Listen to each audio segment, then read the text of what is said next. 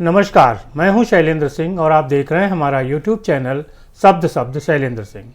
आज 15 जनवरी है और 15 जनवरी मायावती का जन्मदिन होता है। बहुजन समाज पार्टी की सुप्रीमो मायावती के बारे में राजनीतिक जानकार पिछले कुछ महीनों से यह आकलन कर रहे थे कि इस बार 15 जनवरी को जब उनका जन्मदिन होगा तो वो कुछ खुलासे कर सकती हैं।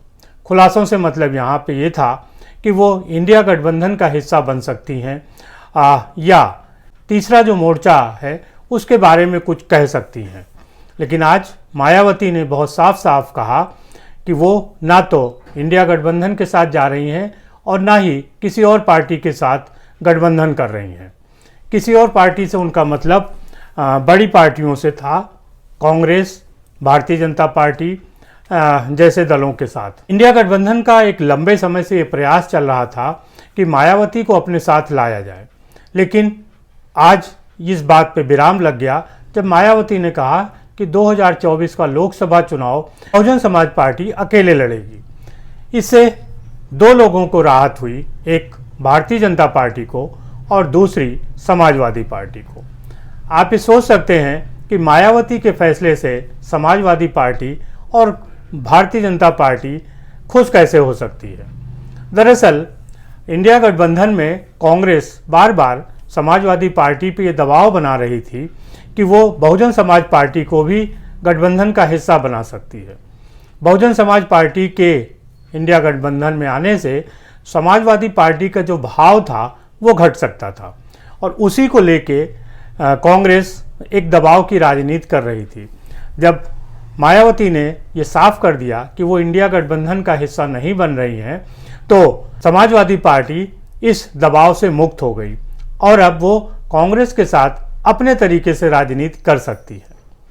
भारतीय जनता पार्टी को लाभ ये हुआ, उसे लग रहा था कि उत्तर प्रदेश जहाँ से लोकसभा की 80 सीटें आती हैं, उनमें अगर मायावती, कांग्रेस, समाजवादी पार्टी जैसे दल एकजुट हो गए और भारतीय जनता पार्टी के खिलाफ चुनाव मैदान में उतरे तो थोड़ी सी दिक्कत हो सकती है और उसका जो 80 सीटों को जीतने का संकल्प है उसमें कुछ बाधा पड़ सकती है।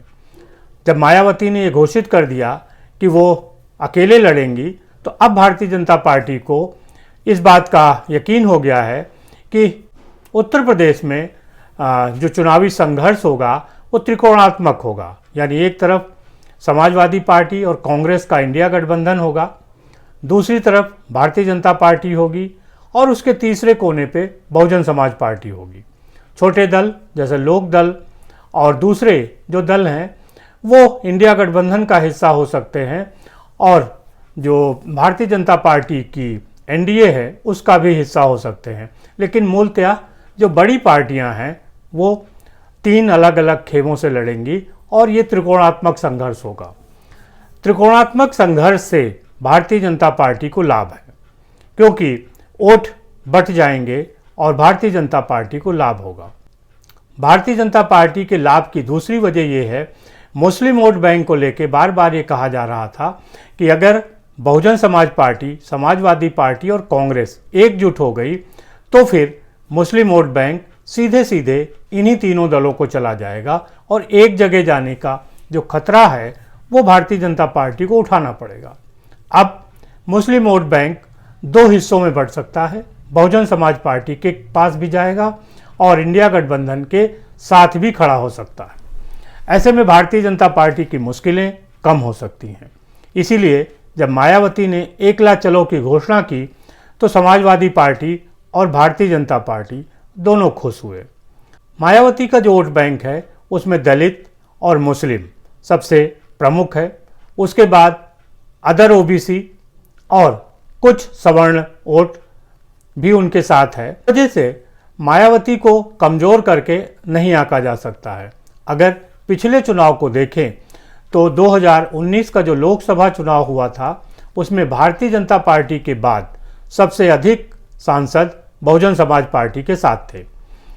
ये बात अलग है कि 2019 का चुनाव समाजवादी पार्टी और बहुजन समाज पार्टी ने एक साथ मिलकर लड़ा था और इस गठबंधन को 15 सीटें मिली थीं।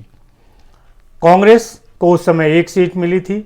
इस तरीके से दूसरे नंबर पे सपा और बसपा का जो गठजोड़ वाली पार्टी थी वो थी।